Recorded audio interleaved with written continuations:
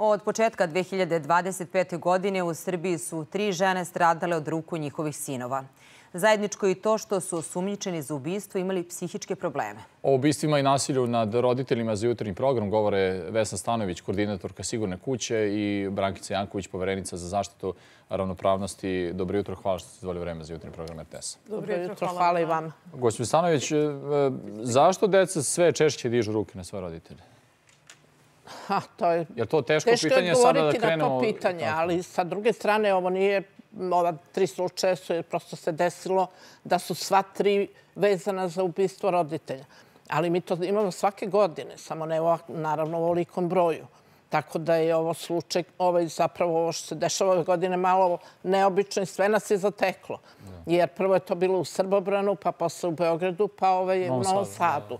Sad, tu je u pitanju sad da li je to sve, ja naravno sve to znam iz štampe, da li su u pitanju ti momci, odnosno sinovi koji su imali neke psihijatrijske probleme, da li je to lečeno? To je osnovno pitanje. Da li mi kao roditelji na vreme vidimo, sve su te majke znale da oni imaju probleme. To je prosto. Sad, da li one to kriju namerno? Da li je to sticaj nekih okolnosti? To prosto vidjet ćemo. Vjerojatno će istraga utvrditi. Ali generalno mislim da je osnovno da se prepozna bolesti, da se ta deca ili već momci su već u pitanju u ovim slučajima, da se leče na vreme, a ne da se to krije. Mi u Srbiji imamo običaj da krijemo ako je neko u porodici ima bilo kakve psihijatrijske, psihološke probleme, da se to krije, da se to ne zna, da neko ne bi rekao vidi u toj porodici postoji to i to, da se ne bi porodica na neki način inkriminisala i to je greška, to je velika greška.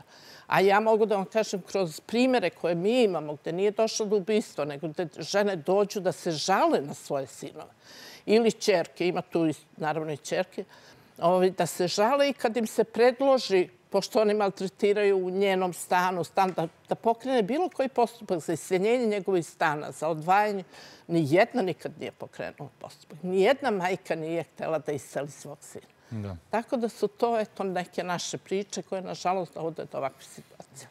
I šta pokazuju podaci koliko je prošle godine žena bilo žrtava porodičnog nasilja i u odnosu na ove podatke, dakle, za mjesec dana 3 žene su ubijene, a i rekli smo od ruku svojih sinova. Koliko je takvih slučajeva bilo u prošle godine? Prošle godine imamo slučaj ćerke koja je ubila majku ovdje u Beogradu. Imamo je slučaj još jednog sina koji je ubio majku. I to je prošle godine, znači to su 2 slučaja u odnosu na 26 ubistava u prošle godine. Ja bih stvarno, ne znam više nikome da to kažem. Ja ne mogu da verujem da ja čujem na raznim, da ne kaže televizijama, sredstva javnog informisanja, gde se kaže da je prošle godine ubijeno 17 žena. Ljudi, pa šta je sa ovom razlikom do 26? Te žene kao da nisu postojale. Prema tome, evo, nosim papir, ja inače ne nosim papire u emisijama, ali sam prosto donela da bi i vi videli da svaka žena ima ime i zna se iz kog grada je i ko je ubica. Tako da mislim da moramo da ispravimo to i pretprošle, znači 2023. ubijeno je 28 žena. Prošle godine 26. Na neki način možemo da kažemo da je to manje. Ali kako je krenula ova godina, nažalost. A ova godina, evo za mjesec dana su 3 žene ubijene. Februar je tek počeo. Gospođo Janković, na koji način država i društvo mogu da pomognu u takvim situacijama? Gubitak majke nije kao ostali gubici. A kada čujete da je sin ubio majku ili da je ćerka ubila majku, da je bilo ko ubio svog roditelja, to naravno da opravdano izazove kod svih nas i strah, i zbunjenost, i ogorčenost, i zabrinutost i da počinjemo da tražimo gde su ti pravi odgovori, a da niko od nas nije vlasan da kaže koji je to pravi odgovor. Ja naravno se zahvaljujem vama na poverenju da uopšte govorimo o ovoj vrlo važnoj temi, iako su mnogo pozvaniji naravno ovde stručnjaci i za kriminalistiku i za mentalno zdravlje, naravno gospođa Vesna, ali negde vidim tu ulogu u instituciji koju vodim za zaštitu ravnopravnosti u generalno otklanjanju stigme prema bilo kojoj pojavi problemu u društvu, a u ovom slučaju o ljudima koji imaju mentalne poremećaje, mentalne probleme, duševna oboljenja, jer velika stigma vlada u našem društvu. I gospođa Vesna je upravo objasnila da se ljudi stide. Stide se da zatraže pomoć. Majke, roditelji uopšte, naravno koji nisu dovoljno osnaženi. Neću reći, ne moraju biti dovoljno edukovani. To se dešava u svim društvenim grupama, u svim socijalnim slojevima, da se ljudi stide, da misle da je problem, da treba sakriti da imate problem. Jer živimo u jednom svetu u kome sve mora da bude savršeno i kome nemamo nikakvih problema. Ja to zovem Instagram kultura, gde samo kačimo slike života. Dobro ste rekli da je sve obojeno, da je upeglano, da su i ljudi upeglani, da je sramota da bilo šta imamo bore, da imamo, da problem bilo koji imamo, da je sve, da se izrazim i ovom jezikom mlađih ljudi, super lajker i mi moramo da se obraćamo i njima. I rekla bih da je naravno uvek vreme, ali evo sad kad su nas potresli ovi slučajevi, vreme da se mentalno zdravlje svih ljudi, a posebno mladih, stavi na vrh prioriteta. Primarna zdravstvena zaštita. Pronađe najadekvatniji način. Da nikoga mi sada ne okrivljujemo jer sigurno nećete sada naći krivca. Mi znamo da brojni, ne sporeći da postoje i dalje pukotine u sistemu zaštite. Mislim, gospođa Vesna još bolje zna, ali mi smo svi govorili o tome da i dalje postoje pukotine. Ali ne tražeći sada krivce, da budemo otvoreni, da pričamo šta su sve problemi i da se oni ispravljaju. Nažalost, čuli ste samo koliko žena nije dočekalo to poboljšanje u sistemu zaštite. Zato je svaki ovaj slučaj alarm da učinimo sve što je u našoj moći i u vašoj moći kao medija. Ja vidim ulogu javnog servisa. Da posveti posebnu pažnju. Nema mnogo prečih tema od naših života. Da pričamo i o tome i o posljedicama. Sećate se i mislim da smo nas dve jednom imali priliku o tome da govorimo o posljedicama dugogodišnje primjene zakona o maksimalnom broju zaposlenih u javnim službama koji je ograničavao zapošljavanje i mislim da predugo je trajalo. Nisu bili izdvojeni sistemi poput socijalne zaštite na kojima mi insistiramo kao institucija u cilju sprečavanja diskriminacije građana po bilo kom osnovu. Vi morate imati socijalne službe ojačane i kvalitativno. Tako je. I kvantitativno. Da je nedovoljan broj zaposlenih u centrima za socijalne, na primjer. Hvala vam upravo na tome. Htjela sam da kažem, nije samo kvantitativno, nego i kvalitativno. Ljudima treba više kapaciteta, više znanja. I danas, evo uporedite vi, je li isto voditi program danas i pre kada ste počeli? Naravno. Mislim, prosto zamislite kako je u onim oblastima gde se zahteva da stalno imate više znanja. Pogledajte sada, nasilje se pomerilo u digitalni prostor, u sajber prostor. Imamo li mi na našim ustanovama, univerzitetima, gde se školuju kadrovi, stručnjaci u ovoj oblasti? Imamo li ljude koji su upravo... Imamo li socijalne radnike na mrežama, na primjer? Ali neretko čujemo, na primjer, da, evo, vi ste kazali da postoji ta stigma, da roditelji često ne prijave, da deca imaju neke psihičke probleme. A šta je sa centrima za socijalni? Mi čujemo da su bili u evidenciji, na primjer, centara za socijalni, da oni nisu reagovali. Pa to je drugo, ali ovo samo hoću da kažem, ovaj slučaj u Novom Sadu, mislim da je majka bila lekar, koliko sam ja videla iz štampe. Znači, ako je ona neko ko je lekar, ona je morala da prepozna to što se njenom sinu dešavalo. Tako? Ja prosto ne mogu da verujem da neko ko radi taj posao ne može to da prepozna. Da prepozna, da potraži stručnu pomoć za njega ili da ona skrene pažnju institucijama na to? Nego se to sve računa, ma mogu, ja neće, on, znate ono, bit će to u redu, pa to je moj sin, pa ja primere iz sigurne kuće. Žena dođe u sigurnu kuću zato što trpi nasilje od strane sina. I dok je kod nas, ona mu šalje pare svakog meseca kad primi penziju, bez obzira na to, ili imali smo žene koje odu kad on nije tamo, znaju kad nije tamo, pa mu kuvaju. Pa šta vi kažete? Kuvaju ručak. Pa šta da kažete? Ona jednostavno, pazite, svaka od tih žena ima negde u sebi neki osjećaj krivice. Jer uvek se postavlja pitanje gde sam ja pogrešila, pa mi je dete ovako. Jer sad tu ima mnogo narkomana, imajte u vidu da to nisu samo psihijatrijski bolesti. Duboko ukorenjena patrijarhalna kultura u kome se zna šta žena radi, gde joj je mesto, u kojoj se neguju toksični obrasci muškosti. Jer u školama dečak mora da bude taj koji ne pokazuje emocije, koji je jak, koji se snažan. Ta agresivnost se neguje i podstiče. Nažalost, u mnogim kućama, u školskim dvorištima. Ne smemo zaboraviti da su škole i vaspitne i obrazovne ustanove. Mi uvek insistiramo na tome da treba da ima što više programa koji neguju kulturu poštovanja, razumevanja, različitosti, prilagođavanja društvu, samovrednovanje, poštovanje i sebe i drugog. Mislim da se trebamo više fokusirati, videti u tom sistemu kako zajedno, evo, institucija koju vodim, mi puno radimo sa decom u školama. Imamo, evo, sad baš jedan program. Ali u školama se ništa ne radi, Brankica. Ne, zato kažem, nažalost, ne bih rekla da se ne radi. Da govorimo o vaspitanju, zaista je to više prepušteno porodici. U pravu ste, manje je. Ja zato i apelujem da se više fokusiramo svi zajedno na to. Nemoj da zatvaramo oči da se ne dešava ništa u našem društvu. Mi ozbiljne probleme imamo. Izvinite, mi dok pričamo ovde, ko zna koliko je ljudi. Izvinite, mi imamo proteste na ulicama, naravno ne mislim po ovoj temi. Ne trebamo da se pravimo da nemamo probleme. Niko od nas. To je neozbiljno ponašanje ako se ne fokusiramo na bilo koji problem. Vidite do koje mere se godinama normalizuje nenormalno. Verovatno bi me ispravili stručnjaci pa bi rekli, a šta ti je normalno? Ja stvarno neću da me neko ubeđuje. Jeste relativno.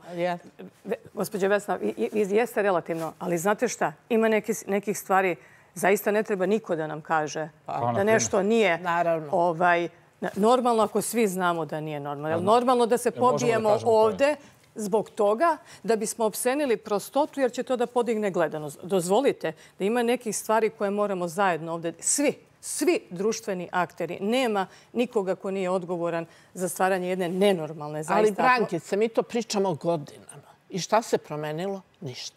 Ja recimo, koliko puta sam čula da će od vrtića da krenu neka predavanja vezana za nasilje, za taj odnos između dečaka i devojčica i tako dalje, tako dalje. Da ne govorimo o školama, da ne govorimo o srednjim školama.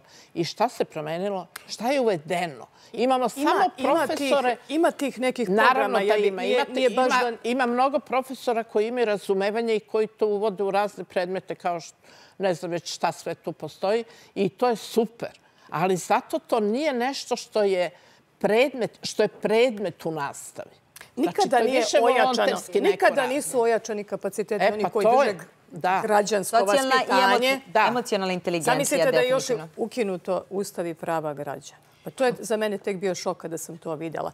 Zaista bi morali mnogo više... Vi kažete šta je promenjeno? Očigledno problemi narastaju. Ja neću... Jer inače mislim da je nekako uvek povika na prosvetu i na sistem socijalne zaštite. To su ljudi koji rade zaista najodgovornije poslove i vidimo da danas izražavaju svoje nezadovoljstvo. Znači treba zaista vidjeti, ima ljudi koji predano, pošteno, časno rade svoj posao. Vidjela sam ostalim, imam decu školskog uzrasta.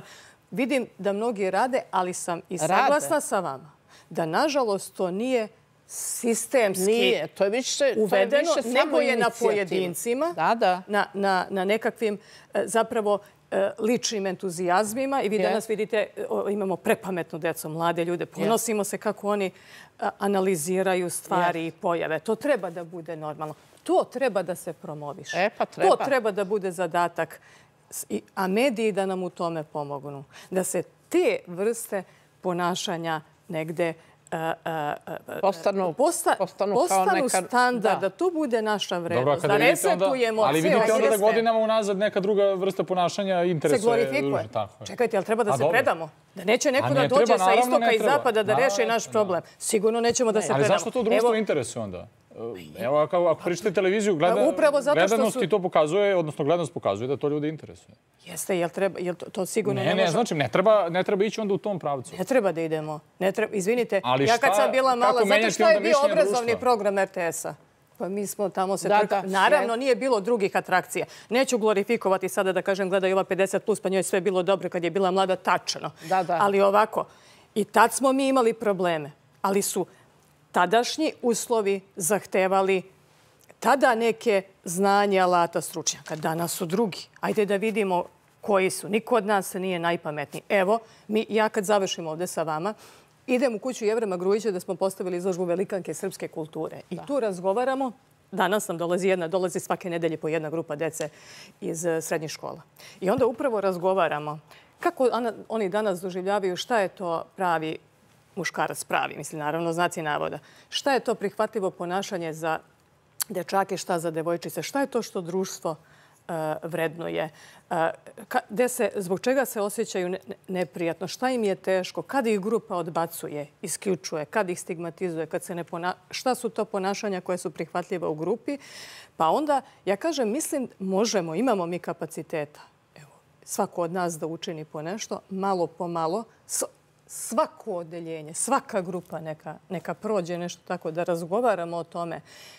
Neće biti šteta, neko kaže, izgubit će časove tog dana. Koje časove? To su časovi i istorije, i sociologije, i psihologije, i srpskog jezika. Šta znači izgubiti čas ako radimo nešto za dobrobit našeg celokupnog društva i rešavamo problem? Jasno.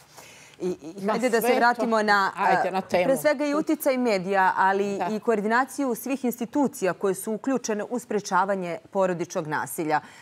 Na osnovu iskustava žena koje su u sigurnoj kući, šta obično kažu? Da li su prijavljivale nasilje? Da li imaju zabranu od strane policije da im partner priđe? Uopšte, da li je u prethodnim godinama to podignuto na neki viši nivo? Jesu li žene zaštićenije? Mi imamo dosta dobru saradnju sa centrima za socijalni rad, pogotovo naravno beogradskim, ali i sa ostalim centrima u Srbiji. I tu se menja situacija. Ranijih godina, recimo pred 10 godina, možda i više, žene koje dođu kod nas i nama, one su se strašno žalile na centre i na policiju. To više nije tako.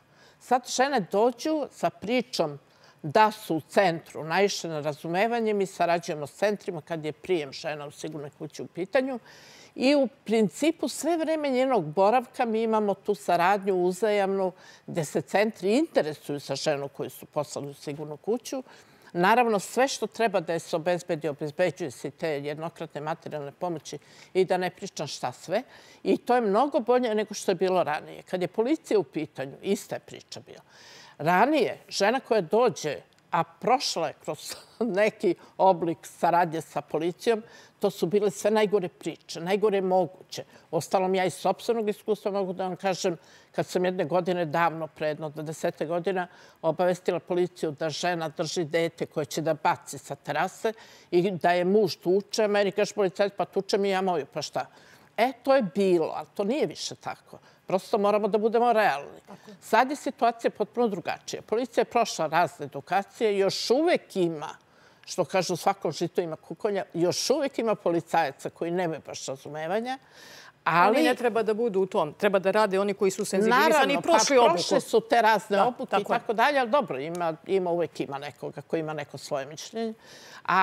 Ali sada je situacija potpuno na drugom nivou. Nama je saradnja i sa policijom dobra i sad ima mnogo devojaka koje su policajke i koje rade u tim policijskim stanicama i to je ono što je po onom zakonu o sprečavanju nasilja u porodici. Policija je ta koja prva dolazi na lice mesta kad se prijavi nasilje. I to je uvek uspešno, makar kroz neko naše iskustvo. Dobro, evo, za kraj, gospođo Stanović. Samo sekundu, to izricanje zabrane prilaska je isto vrlo često. Sad, mi tu imamo problem što sudovi sporo rade, ali evo sad vidim da je kod ovih advokata koji su u štrajku izuzeti slučaju nasilja u porodici gde advokati moraju da... Pa evo za kraj, kako preduprediti sve to? Pa mnogo je to teško pitanje i težak je odgovor. Kako preduprediti? Teško, jer to nije nešto što se dešava. Pazite, nasilje prijavi neko, ali ne prijavljuju ga svi. Vrlo mali broj žena u Srbiji, ja govorim o Srbiji, ne o Beogradu, prijavljuje nasilje. Jer prosto prvo ih je strah, jer računaju šta će doživeti, ne samo od nasilnika, nego od njegove porodice, a drugo stid, sramota. Stigmatizacija u malim sredinama i dalje. Naravno, jer tebi u malim sredinama svi se znaju. I onda on se recimo druži sa policajcima, sedi ispred nekog kafića, pije pivo i tako dalje. Kad se ona bilo kome obrati, niko je ne čuje. Niko je ne čuje jer svi smatruju da dobro. Trebaju nam samo da dodam, pošto znam da trebaju nam jake institucije, efikasan sistem zaštite koji je stalno usmeren na poziciju žrtve, skidanje stigme sa pozicije žrtve, znači žrtva nikad nije kriva, rad na mentalnom zdravlju, obrazovanje i kultura, bolja koordinacija svih u sistemu i treba nam centralni mehanizam za praćenje. Mi smo podržali inicijativu Organizacije civilnog društva, Femplac je predvodio da se napravi nacionalni mehanizam Femicid Watch za praćenje slučajeva nasilja kako ne bi ovako uvek bili u dilemi. Evo sad kada je gospođa Vesna nas podsjetila na strašne brojeve, da mi ne bi brojali po medijima, nego da upravo imamo efikasan mehanizam za praćenje, analizu i davanje preporuka sistemu odmah da alarmira šta nije u redu, jer nekako jeste strašno kada mi govorimo, mnogo toga jeste unapređeno, moramo to reći, ali sam sigurna da se ja i gospođa Vesna postidimo. Nekako kad ti kažeš imaš u ovom trenutku toliko ubijenih ljudi, da mi kažemo da je nešto bolje, nekako uvek teško da izgovorite šta je bolje, ali eto, moramo reći šta je dobro i šta je loše. Naravno, šta je dobro i šta je loše, ali u principu treba raditi na ovome. Ali ne samo pričati, nego stvarno raditi. Jer ja te priče slušam 30 godina. Naravno, nema mnogo promjena. Hvala vama na pozivu. Hvala. Hvala.